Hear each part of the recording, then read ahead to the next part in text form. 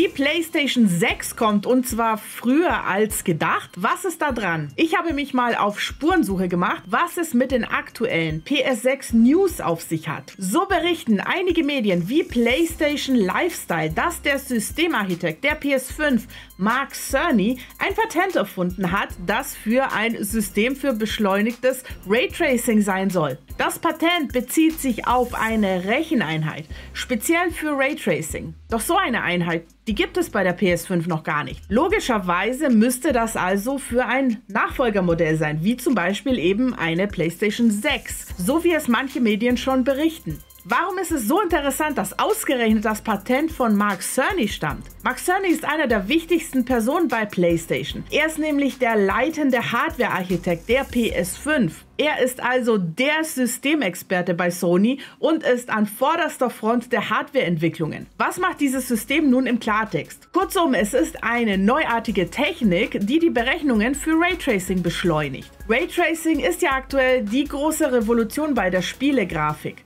Es ermöglicht unter anderem echte Spiegelungen, exakte Lichtberechnung und auch realistische Schatten. Aktuelle Spiele simulieren diese Grafikeffekte, aber oft nur annähernd. Ihr kennt das, wenn Schatten zum Beispiel unscharf sind oder Spiegelungen nicht ganz genau stimmen. Raytracing löst das alles, ist aber extrem rechenintensiv. Deshalb unterstützen momentan noch nicht viele Spiele Raytracing. Oft ist Raytracing zwar zuschaltbar, aber auf hohe Kosten der Bildrate oder der Auflösung, wie zum Beispiel bei Spider-Man. Mit Raytracing spielt ihr dann vielleicht nur noch in 30 FPS oder mit geringerer Auflösung als 4K. Jetzt hat Mark Cerny anscheinend eine Lösung dafür. Sein Patent beschreibt nämlich eine eigene, neuartige Recheneinheit, die sich speziell um das Raytracing kümmert. Und zwar, wie es scheint, in einem Chip. Also sozusagen ein Raytracing-Chip. Aber so etwas gibt es nicht. Ein solcher Chip kommt bisher nirgends zum Einsatz. Auch nicht in der PlayStation 5. Jetzt ist die Frage, wo könnte dann solch ein Chip zum Einsatz kommen?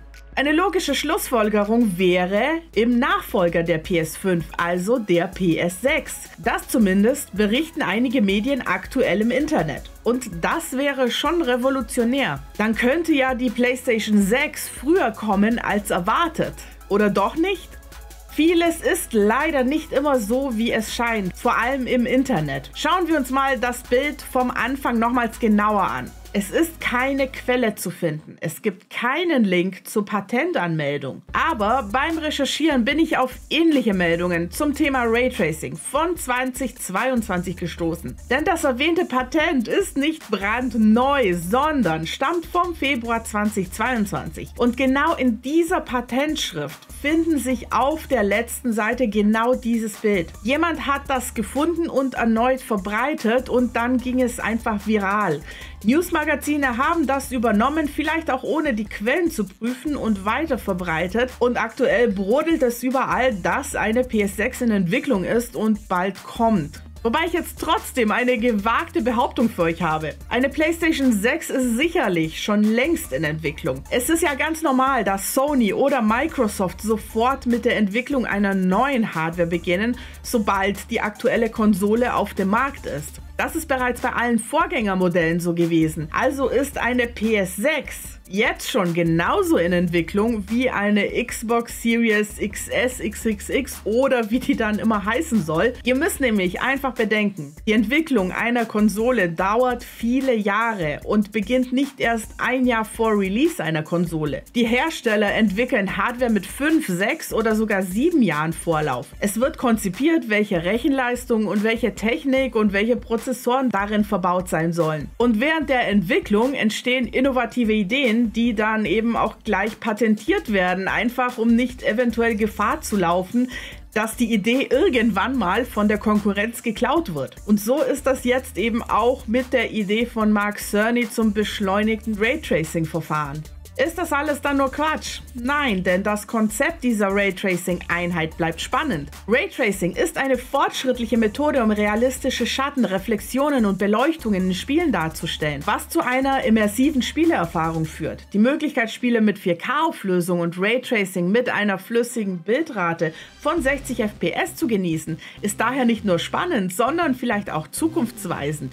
Allerdings stellt sich die Frage, wo und wie diese Technologie eingesetzt werden wird. Sony hat bisher keine offizielle Ankündigung zur PlayStation 6 gemacht. Diese ist realistisch gesehen auch viele Jahre noch entfernt. Dennoch gibt es beständige Gerüchte über eine mögliche PlayStation 5 Pro, die eine verbesserte Version der aktuellen PlayStation 5 sein könnte. Bisher gibt es jedoch keinen triftigen Grund für eine PS5 Pro, da die aktuelle PS5 nicht vollständig ausgereizt ist und Technikfeatures wie zum Beispiel 8K-Auflösung noch nicht wirklich nötig sind. Allerdings könnte Raytracing genau die Technologie sein, die in einer PS5 Pro zum Einsatz kommt, um Spiele dann noch realistischer aussehen zu lassen. Bleibt aber abzuwarten, ob Sony eine PS5 Pro veröffentlicht und welche zusätzlichen Funktionen sie bieten wird. Zusammenfassend ist Raytracing eine aufregende Technologie, die in Zukunft in der Gaming-Branche eine wichtige Rolle spielen wird. Eine PlayStation 5 Pro mit verbesserter Raytracing-Technologie könnte eine großartige Ergänzung für das Sony-Konsolen-Line-Up sein. Aber wir müssen abwarten, ob und wann Sony dies bestätigen wird. Wenn euch das Video geholfen hat, lasst gerne ein Like und ein Abo da und wir sehen uns beim nächsten Mal.